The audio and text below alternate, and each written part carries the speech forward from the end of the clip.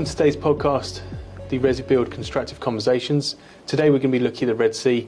I'm Nick Horton, and on behalf of ResiBuild and on behalf of Sapphire Balconies, I'm pleased to be interviewing an expert here in logistics, Dan from Coastal Global. We'll introduce Dan shortly, but what we'll be talking about is how to navigate a safe passage. So Dan, glad to have you here today. Thanks for having me along. Cheers. No problem. Would you like to introduce yourself as to who you are and your kind of your remit in this? Yeah, sure, absolutely. So my name's Dan Humphreys from Coastal Global Logistics. We're an independent freight forwarding company handling international ocean freight, air freight and road freight movements on behalf of our client base. Our business has been in operation for 16 years now, and we've weathered some really, really interesting years of late with what seems to be relatively continuing crises impacting our industry. And when you invited me today to come and talk about the Red Sea, I was quite excited to come and talk to you about it, because it is quite an interesting topic, and it's one that's really going to drive, from our perspective, what we see. It's going to really drive activity in 2024 and how it's going to impact global trade and the activity of our clients. So it's a real hot topic. So thank you for having me along. We're glad to get your insight. I think we need to start with the kind of basics of where we are. There's obviously a very complex situation here. It continues to unfold every day. But would you mind giving us a brief timeline on some of the key things which have happened, how long this has been going on for, and who the key players are in this situation? Sure, yeah. So I think that throughout 2023, there's been more and more activity, negative activity in the Red Sea, where the Yemeni Houthi rebels have been attacking commercial shipping in the Red Sea region. And it's a hugely strategic area for international shipping, as we know.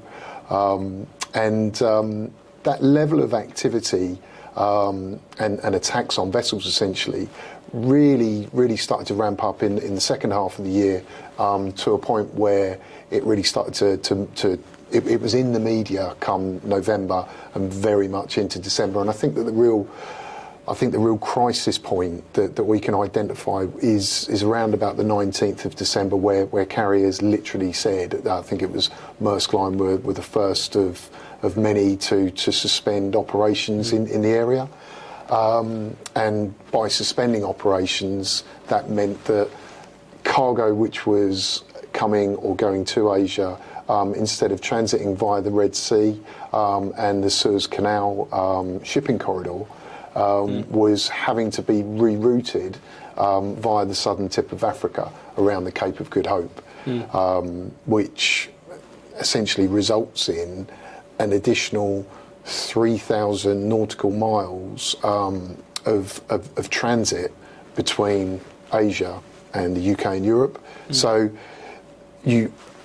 we see that as an increase in distance and time of around 25% over the anticipated norms. So a significant change in market conditions. So we've seen quite an escalation in this, and we'll come back to the kind of logistics piece in a second, but just for those who might not be very in touch with what has been happening, is the situation escalating, de-escalating in your opinion, and kind of where are we? Unfortunately, it continues to escalate. Unfortunately, that is the case. When the crisis first kind of reared its head en masse, the general consensus was there might be something that continues towards Chinese New Year, and then it may hopefully dissipate. But unfortunately, it would appear that during this time, in the last, say, six weeks, the issue has continued to escalate further. And I think as is widely reported, there's a significant amount of unrest in the Middle East, and the current geopolitical climate is a very, very tricky one. And I think that's making this particular crisis a very difficult one to navigate through and see an end in sight. Yeah, so who are the key players in this crisis and such? Well, I mean, obviously the impact is being felt between the Yemeni, the Houthi rebels are obviously attacking the commercial international shipping and commercial shipping routes coming through the Red Sea. But as we understand, they're very much being backed by the Iranian government. Yeah. And I think that the general consensus in the Middle East is the upset and the ongoing war between Israel and Hamas, and how those opposing sides are disgruntled by the way that the West, i.e. the US and recently the UK, have tried to kind of, let's say, meddle in certain affairs and try and influence what's occurring there between Israel and Hamas. And then you've got on the other side of it, you've got China, Russia, who are very much, it would appear, to be on the Iranian side. I think China perhaps maybe not doing themselves a great, or could be doing themselves a disservice, because there seems to be a level of inaction on their behalf. And I think the international community look at that and think, well, that's questionable, because China, like most other developed economies, are very much reliant on international trade, and this is having a significant impact on international trade. So you would think that inaction on behalf of the Chinese is not really good. There needs to be something more substantial from them as a global player. So that's an interesting point, and that's not perhaps so covered, is it, in the news, as we see with the Houthi rebels and the attacks, initially very much linked to Israeli-related vessels or routes and so on. We've seen more recently targets on ones linked to the UK, and we've seen just for the weekend, wasn't it, with the HMS Diamond being attacked directly, and the immediate response to that. And even just over the last few days, we've seen various aspects of it, haven't we? We've seen the 85 attacks over the weekend. Yes, on various military strategic sites throughout. Not just limited to the Yemen as well. Yeah, absolutely. And then we've seen a debate yesterday where both major parties in the UK in Parliament are supporting the ongoing response to what's happening there. So it's certainly, in some ways, a bleak picture in that respect. There's a lot of confusion and a lot of complexity, isn't there? It is, yeah. And I think fundamentally, from the UK's perspective, is the UK are trying to maintain security on international shipping routes, and that's being challenged significantly at this moment. And whilst the industry sees and has to react to find a workaround to these problems, I think the global community can't accept that there's an ongoing workaround. We have to get back to business as usual, because the ongoing issue here is only going to result in more negative outcomes for everybody involved.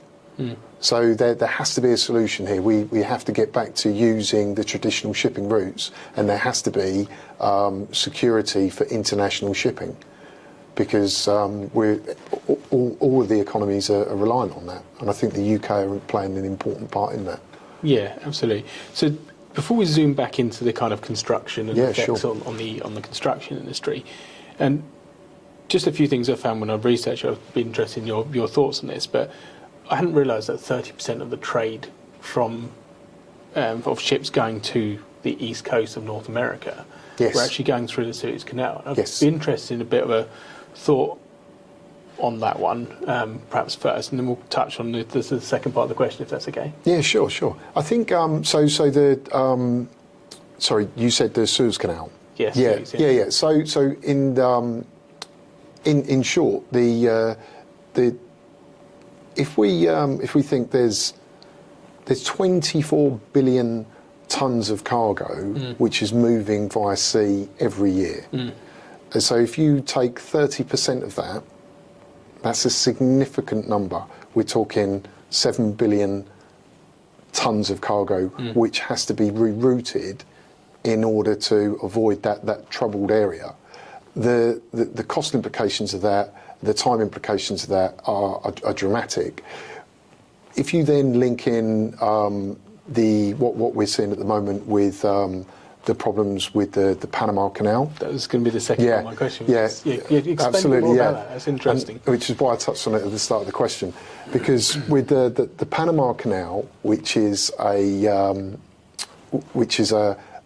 canal which is fed by fresh water, there's been a drought in the area in the last, say, 12 months, which has reduced the amount of capacity of ships that can pass through the canal, because they cannot take the vessels through the canal at the rate that they would normally anticipate to, and they can't carry the amount of tonnage through the canal because they don't have the water levels to displace the vessels. So what's happening there is that more cargo destined for the east coast of America is now transiting via the Red Sea, and in certain cases carriers are offloading cargo in European and UK ports, and then transshipping it over to the east coast of America, whereas the natural route there would have been via the west coast of America through the canal. So what that's doing is that's putting further pressure on the available capacity of ships moving from Asia into the UK and Europe. So it's a bit of a perfect storm when it comes to the impact of the drought on the Panama Canal. We've suspended shipping operations in the Red Sea. You can see that there's a couple of big negatives there that are going to really influence global shipping. And what are the real-term impacts that influence you're talking about? So the real-term impacts are, in terms of, the immediate ones are both time and price. So the difference in transit time to move cargo from Asia to the UK presently is generally between 10 and 14 days via the southern tip of Africa, as we kind of find alternative routes to the Red Sea, or use the alternative route to the Red Sea, sorry. And the price variance is up to 350% higher than what we would have naturally expected to pay at this time of the year pre-CNY, pre-Chinese New Year. So that's a significant impact on the market, and that's pretty much immediate. So when I referred to earlier that this crisis really kind of shipping services were suspended in the Red Sea from the 19th of December last year, to be 6-8 weeks beyond that, and we're already seeing prices have increased by 350%, and transits have increased by at least a third. That's a serious problem. So, do you know of any correlations and with costing, and kind of how that might then filter through to the likes of construction products and so on? The delays we'll come back to in a second, but what's your thoughts on container? And linking that in with the kind of sure. Price. So I think that there's been an interesting, some interesting information which is being communicated by the IMF, where they have they correlate an increase in inflation directly to every increment in ocean freight pricing. So they recently performed a study and reported that for every 100% increase in ocean freight pricing, there's it correlates with a 0.7% increase in the rate of inflation. I think that the real term on that has to be, I guess we have to be realistic. I think that probably follows, the inflationary increase probably follows 6 months after the rate increase. But we find ourselves in a situation whereby inflation has kind of driven a lot of economic activity, and unfortunately, the downturn of economic activity, especially last year.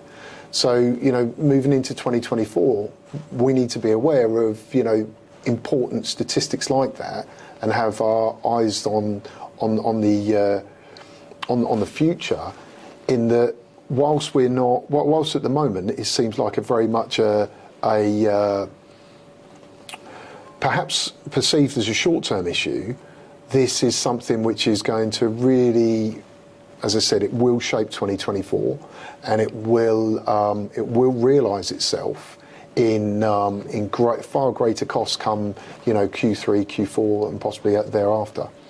So that's an interesting statistic, and playing that out based on 350% increase in containers. That's several percent increase in real terms. Absolutely, yeah.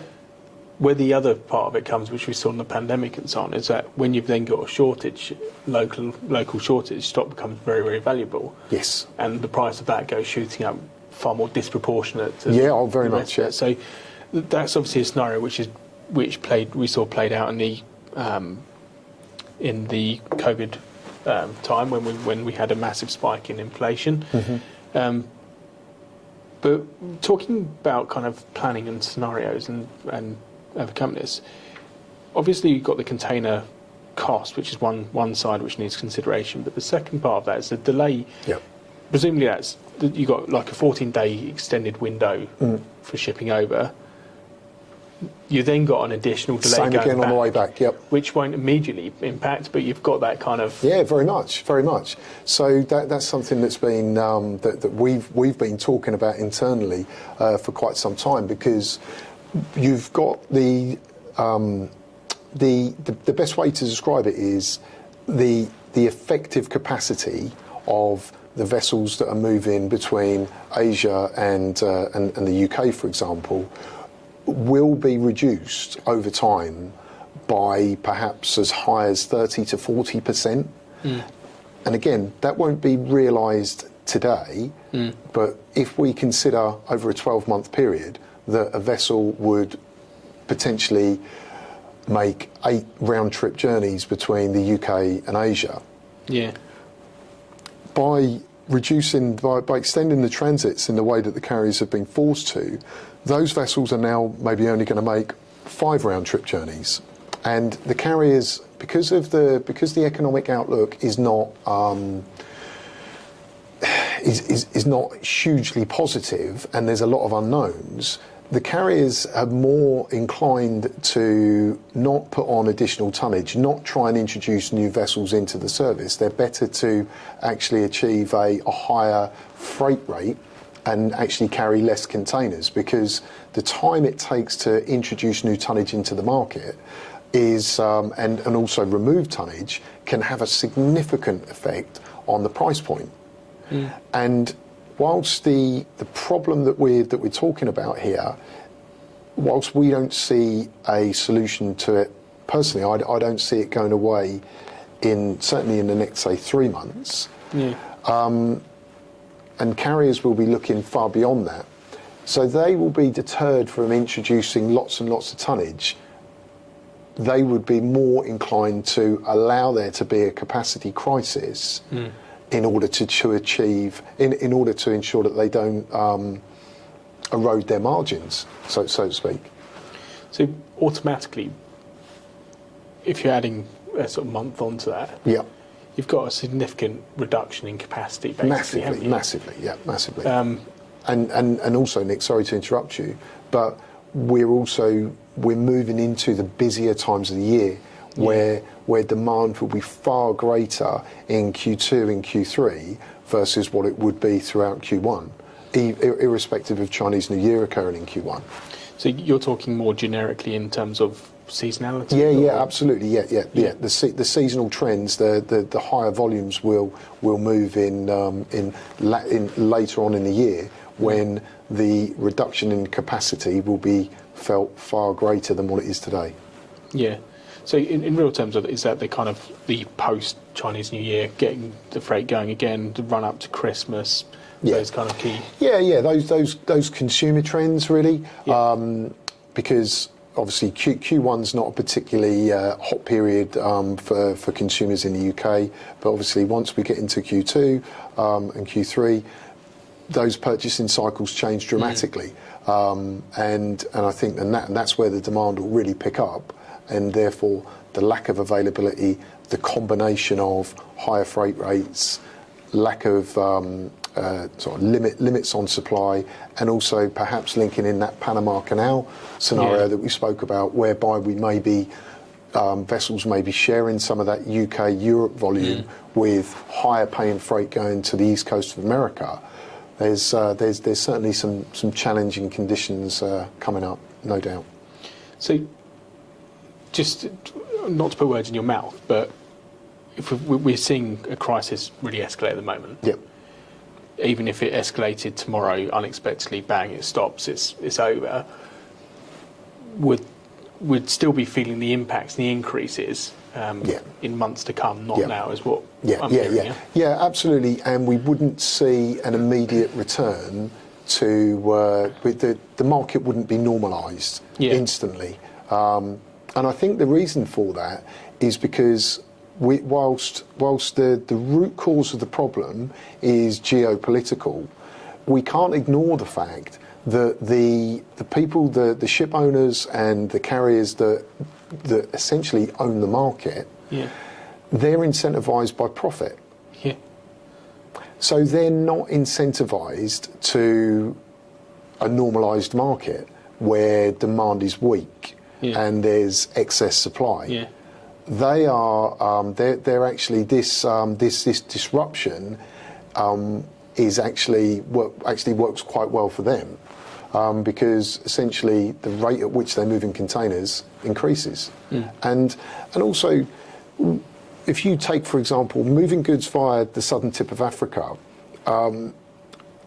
carriers can't move cargo in the same way. The seas that they have to navigate to move through that, to take that route and undertake that journey, the seas they have to navigate are far rougher. So you can't you can't have as many top-stowed containers. You have to reduce the weight of containers that you load on the vessel, and that then puts further demand on the supply chain because we're reducing capacity again. We're saying that we don't necessarily, that the heavy cargo is not as welcome, and construction and Asia, let's say, for example, we see from our clients in the construction industry that there's a lot of heavy industry that comes out of Asia. So is there going to be further impacts on that? Yeah, I fully expect so. And we'll start to see more ancillary charges being introduced into the market. And we know from experience is that once they're introduced, they're very seldomly are they taken away. So we certainly see that there's a lot of inflationary pressure on price at the moment. So even if we're seeing a 15% reduction in capacity, for argument's sake, we might actually be seeing a much bigger percentage of capacity reduction in the movement of construction-related products. Oh, very much, yeah. Whether that be directly imported by construction or whether it be a lot of metals and other construction-related materials. Those heavy raw materials, yeah. So that's an interesting point. So we could see that capacity might be drastically... far more reduced, yes, absolutely. That's a really interesting point, and I think these are scenarios which are difficult to kind of get your head around in the construction industry, whether or not you import directly or whether it's via other companies. There's lots of critical components, isn't there? For example, fixings, bolts, that sort of thing, which are used by many construction trades. Which will be imported, like it or not. Yeah, very much. Even when they're not, your primary product may be assembled here in the UK and may not appear to be something which is sourced overseas, but very seldom do you find a situation where the components that are put into that primary product aren't sourced outside of the UK and EU. Yeah. So your gut feel at the moment where we're heading, do you think we're heading towards a sort of quick resolution, dragging out for a while, somewhere in between? What's your thoughts on this? I think that this is very much a medium-term issue. I think it's not. It won't be solved in the short term because of the nature of the ongoing problem between Israel and Hamas.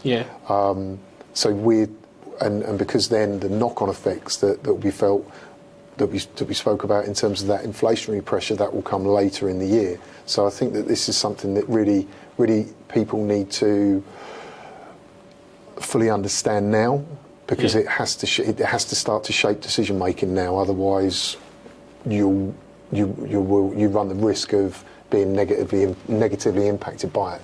Yeah, so we might not have felt a lot of the impacts in it, but we do have this window of opportunity, which is a good thing that we're talking about now, where we can actually potentially change and fix. We really, I mean, our advice to our clients is very much to act now.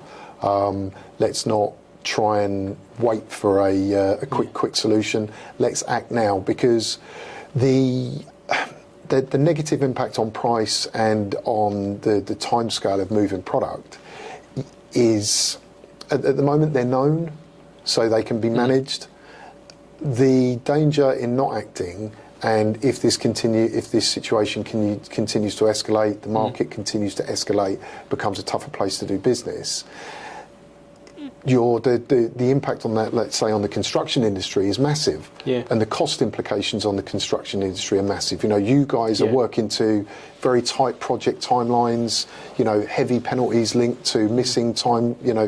Missing deadlines. It's not like moving a consumer goods, say, for example, that might have a longer shelf life, might be accessible within more than one sales cycle.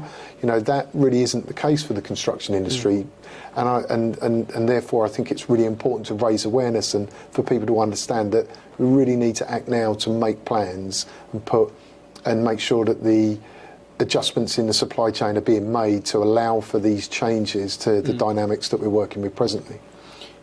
And this is no, in a way, if you're looking back at some of these major scenarios which have hit construction, like the inflation, obviously it's hit construction more generally than just hit the industry more generally than just construction. But when we saw massive spikes in inflation, there's many of us who wish we'd fixed more pricing earlier on and given ourselves that certainty, but we didn't realise what was going to happen. And I, for one, can talk about that from a mortgage point of view too.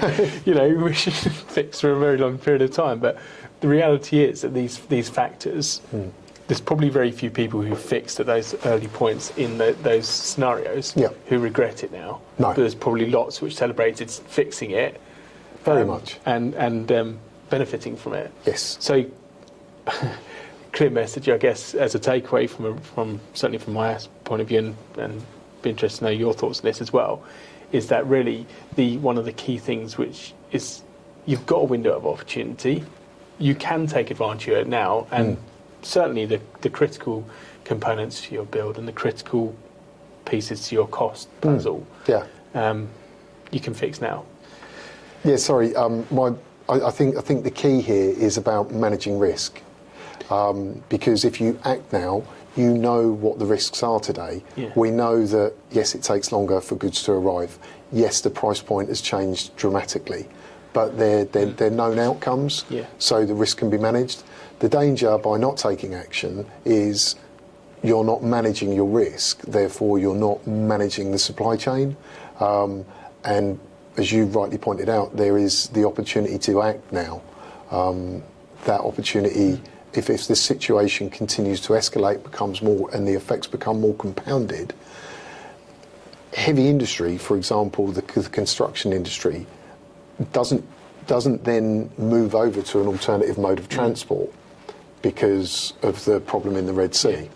I can imagine that like most industries, that the margins are pressured dramatically in the construction industry, and therefore the concept of moving items via air freight is only ever done to avoid heavy penalty costs, none of which is kind of helping, and add any health to the bottom line of these companies. It's just mitigating cost and risk. And I think today, as I say, my view is very much about managing that risk. The negatives in the market today are there, no doubt, but they're known, so they can be managed. So certainty is worth money, isn't it? Very much. Yeah. And one of the things which we're talking about here, obviously, as you say, the knock-on consequences of delays. I mean, taking the example of furniture, kind of, what are the knock-on consequences of something, a piece of furniture not being available in a store? For something, for example, garden furniture. If it's 2 weeks late, it's going to be annoying to the supply chain. But if there's something 2 weeks late in the construction industry, big difference. I think that's because the complicated nature of the construction industry, the fact that these projects are so intertwined. Whereas consumer goods going to a consumer to some degree can be quite transactional. There's nothing transactional about the kind of the construction industry at all. So so the two, the two are very difficult to compare.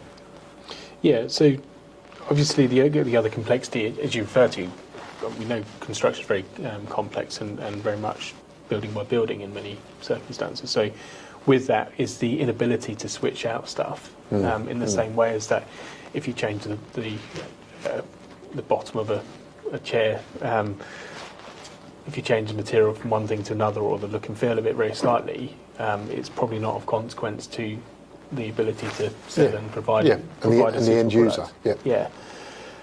What we are seeing, though, is obviously project delays can have big consequential, as you alluded to, LEDs and so on. They can be tens of thousands of pounds, and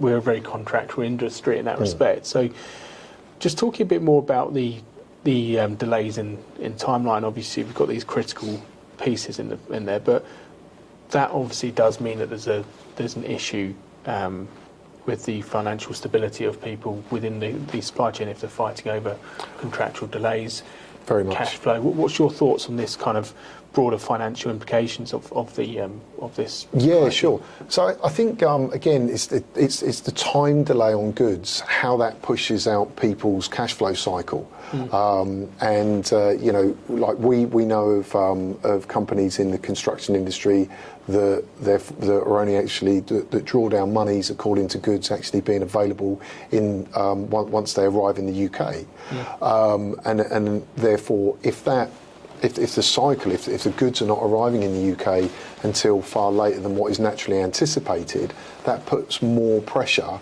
on the company's cash flow. And I think that what's really then, again, very relevant here is that it's all good if the companies within the supply chain and within the project are financially resilient. That's wonderful. But that isn't always the case, and I think that we saw that extensively in COVID with the number of companies that couldn't actually meet their financial obligations in the COVID environment. We've got something which is influencing the macroeconomic environment today. How is that going to influence companies in the construction industry? What pressure are these time delays going to put on cash flow? What pressure is going to be put on cash flow by the increase in costs? And and it's about, I guess, for construction industry, for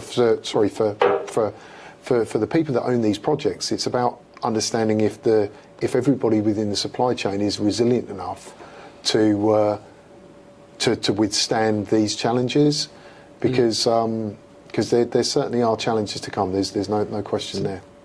That's a really key point, isn't it? Because it's not just about whether a company is doing the importing or not as well. Because if you're delayed by somebody not being able to provide a critical component into the supply chain of manufacturing, I'm thinking here balconies, selfishly, but it doesn't matter whether it's being imported directly or whether it's fixings which are coming from somebody else and so on. But if you're not got the availability of those items at the right time, it can squeeze your program, obviously. If you're working just in time, that can be a massive consequence from an LAD's point of view, and invoicing and so on.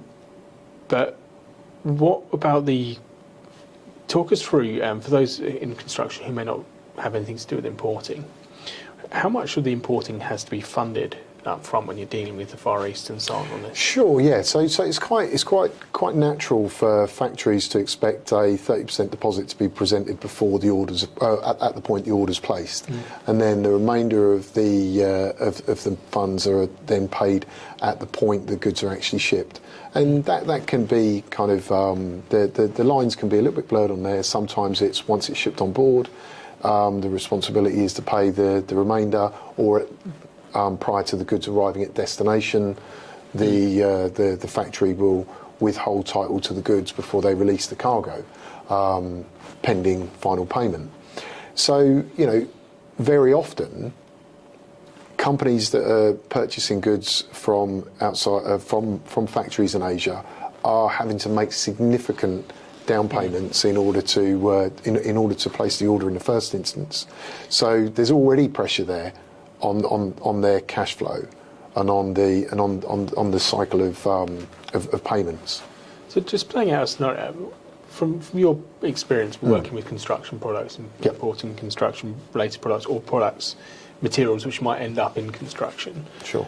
What would be the most common sort of approach? What terms would be the most common out of the sort of standard import terms? In terms of the actual Incoterms themselves, in terms of who's responsible to arrange the transaction, to arrange the shipping? When the transaction is made, presumably it's fairly early doors that that's done, is it?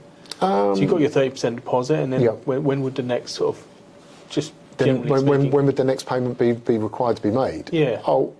So either at the point the goods are shipped, so at the moment they could be 45 days before or 50 days before the goods even arrive in the UK, or depending on the arrangement with the supplier, there could be terms in place.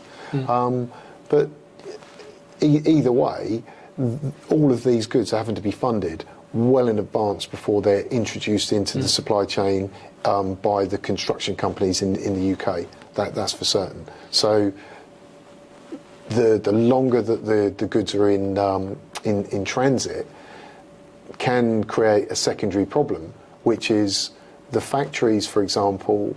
Some factories might be shipping out on a weekly basis. Yeah. And if the UK receiver is, let's say, waiting for the goods to arrive before they remit payment, they could have numerous weeks' worth of product in transit because of the extended transit time.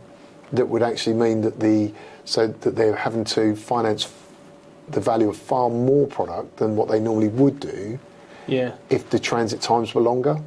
Yeah, because they're funding another couple of weeks worth. Absolutely, of product. That's an interesting point. So and the Chinese factories, as an example, they have their own pressures. Yeah. And they obviously have to limit their risk. So they can't just say, okay, we'll just keep extending terms. Their risk has got to be managed as well. So, that's where more and more pressure comes on the cash flow. Yeah. So, taking a scenario, a company importing steel beams or something like that, which might end up in the construction industry. Sure. They could be funding several weeks' worth with high-value goods like that. That could be tens of thousands of pounds or hundreds of thousands of pounds, most likely. They're funding that for an extended 14-day period. Yep. And the costs are potentially going up on that as well. So yeah, very much, yeah. What would your suggestion be from a financial due diligence point of view? Given that we've got this scenario at the moment which is likely to be hitting a lot of people, it might not directly be the people which are supplying into construction companies, but their supply chain, which might be really suffering. But obviously this is in the background. We've alluded to the COVID spike. Sorry, Nick, I actually thought I'd turn that off. Apologies. Sorry. You will definitely have to edit that bit out. No problem. Sorry. So, go on, sorry. So we alluded to the COVID spike, and there was obviously huge cost implications on that. There was huge delays and difficulties getting hold of materials. Yep. We saw a lot of companies fold, unfortunately, off the back of that, which has had quite a major effect on contractors. A lot of contractors which have had margins. There was one last week who announced about the sort of financial implications of companies folding and what that's done to their profit and making losses out off the back of that. But from a point of view of the, I've just lost my chain of thought completely. That's my fault. The phone. Sorry. What was the last thing you I think what we were moving towards was talking about. I think just essentially due diligence within the supply chain, making sure that those, how do you protect yourself in that you might be financially sound, the construction company might be financially sound, the primary product that they are selling and producing, as an example, might be, hugely valuable. Yeah. But if the other people within the supply chain are not financially resilient, that's their and they're Yeah. then you know they're the weaknesses. I've got the point I was going to make now. You did, yeah? Yeah. Good. So we talk about this. We've alluded to the construction where we had a big spike in costs and delays and availability and so on. Let's not forget the backdrop for that is that borrowing money back then Was cheaper. far cheaper, Yeah. and that could have a big implication on these shipping if you're funding it for a lot longer. Yeah. Financial security is something which you need to check out in your supply chain. And make sure that they've got a handle on their supply chain as well, because it's not directly, for example, we manufacture all our balconies Yep. in the UK for the UK and Irish markets, but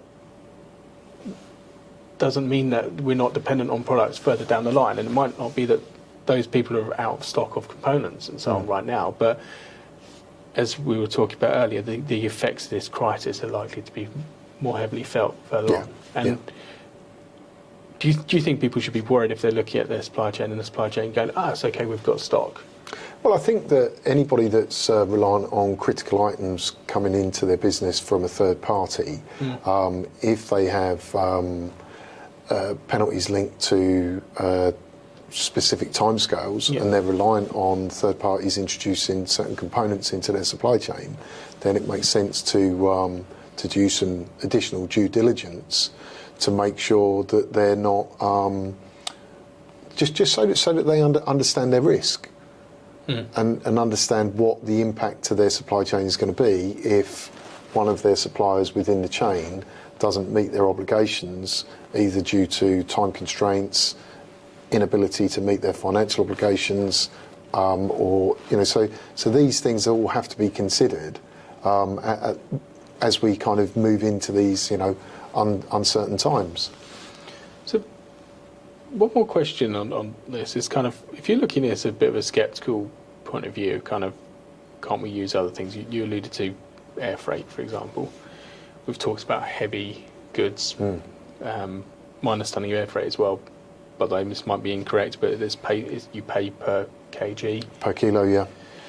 So obviously the heavier is more expensive that option is as Very well. much, But are there alternative options other than things being shipped? Yeah, yes and no. There are options to move goods overland via the rail, but one of the big drawbacks with that is insuring your cargo. Most companies insure their risk, and you will struggle to insure your risk if your goods are moving overland through China into Russia in order to get into Europe to then transition over to the UK. So it's not to say that it's not possible, but it's managing the risk of doing so.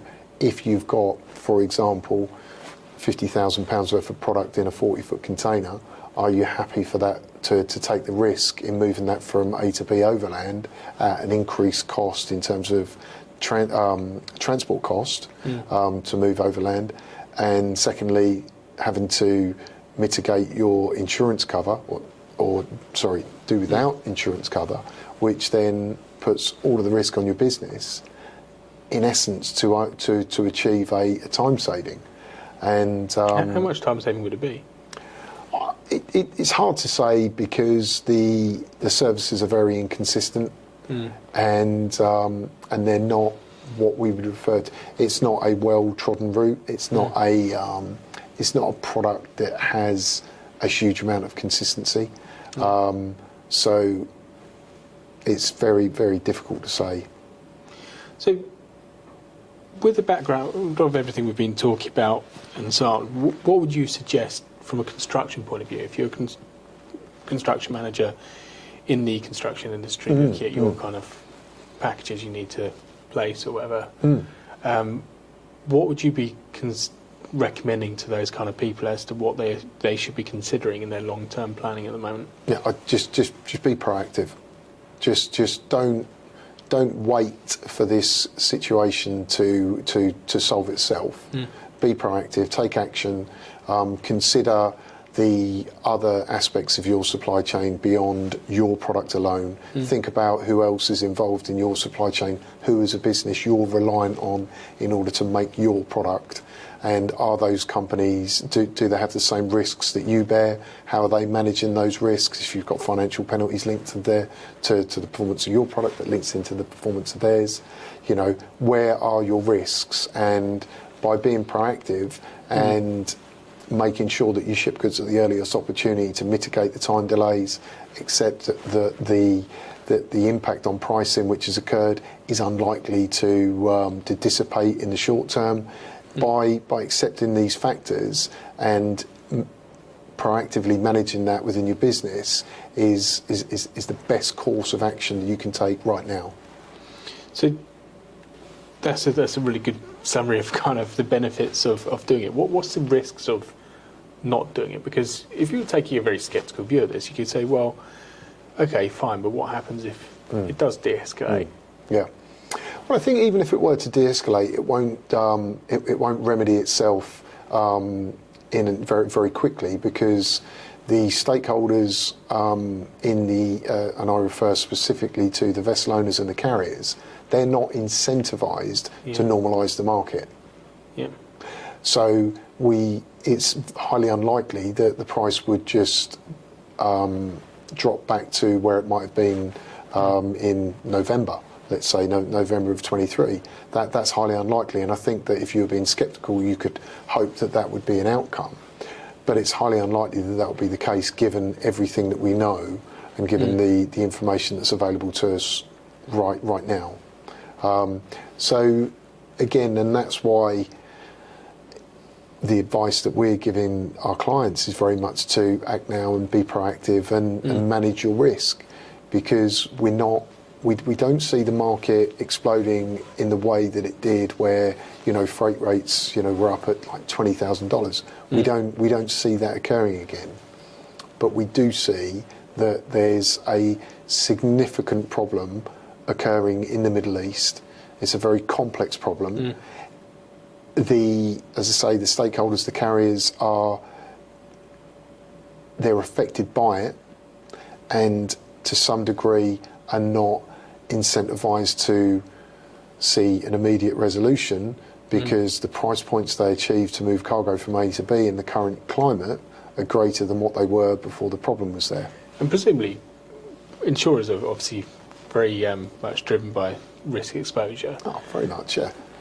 I was listening to The Economist on the way here on this topic, and one of the things they mentioned was that these shipping insurance premiums can be 10 times what they were last January. Yeah, very much, yeah.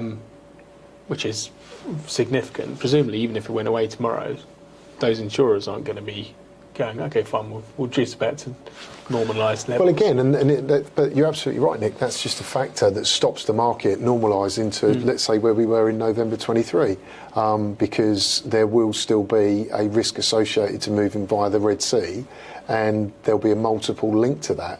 And whereas the risk of moving cargo via the southern tip of Africa is limited to the time and the fuel implications, and obviously the effects it has on available capacity. What we referred to earlier is effective capacity. They're known factors. I probably would take an educated guess in that the insurance premium, the cost of the insurance premium to transit via the Red Sea at the moment is far greater than the cost implications of transiting via the Cape of Good Hope in terms of fuel and time. Yeah. And I think that's why nobody has recommends using the Red Sea and the Suez Canal. Why everybody continues to suspend services in that area. So much of what we talked about is a fairly generic piece. Why is it that we're talking about this as construction? What makes construction more vulnerable, or what's the difference between our industry and we talked about chairs and stuff previously, for example? I think just it's a very complex industry. The supply chains are far more complex. We're not talking about a transactional consumer transaction. We're talking about complex supply chains, products that are potentially coming in from various parts of the world. Because I hasten to add that whilst we talk heavily about the kind of route between Asia and the UK and Europe, India, which is a huge export market, and lots of heavy industry occurs there, which links into the construction industry. That's also heavily impacted by these problems. And I think just in essence, the complex nature of the supply chain within the construction industry versus other consumer goods that are bought and sold in the UK mean that this industry has to take far more notice of these wider problems and to try and mitigate the risk, because as we said earlier, the simplistic risk of Mrs. Jones receiving her garden furniture 3 or 4 weeks later than anticipated is an inconvenience. Yeah. Getting levied with significant fines for being late on a project, and what that does to your brand in the market, what that does to the bottom line in terms of the project, they're significant business risks. So we have to view the two things very, very differently. Yeah, and I might just add to that as well, is that because you've got so many things interlinked, if you've got a delay in one, which might be 14 days, that's fine, but that might delay the whole critical path of certain aspects. For example, balcony anchor is a very critical component. Sure. If they aren't there, that could have massive knock-on effects to the facade. Now, that's obviously just one example, but then we've obviously talked about the vulnerability of construction as well. Adding to that, the notorious low margins the industry works on, coupled together with financial security. If we wrap all those up into your kind of the things which CGL are doing with their customers, and the advice, and one of your sort of key takeaways for people which may have been watching this, what would your key recommendations? Yeah, sure. So I think the key takeaway for me here is that it's about being proactive. It's about understanding the financial implications of what's occurring presently, how that affects your business, how that affects your suppliers, how that can affect your projects, and just proactively trying to manage and mitigate risk by taking action now, as opposed to not realising how this situation will continue to evolve and shape business in the coming months. So some really interesting points there, Dan, and thank you for sharing your insight and thoughts on this. My key takeaways myself is the fact that we are in a very complex time. It could unfold in many different ways. But one thing we do know is that this lack of certainty and challenges is a lot more to hit us than what has hit us right now. Right now, yes. So acting, and thoroughly support your recommendation of being proactive and working with that. Financial security is a premium which we should definitely be looking for, and due diligence is a key thing. But I guess one of my key points from this is what the actual negative points from acting now, being proactive, looking at the supply chain stability and their financial performance. Yeah, well, I guess those they're limited factors, really, aren't they? It's at the moment the negative impact of what's occurring is how it affects pricing and time, and it's an unwanted nuisance.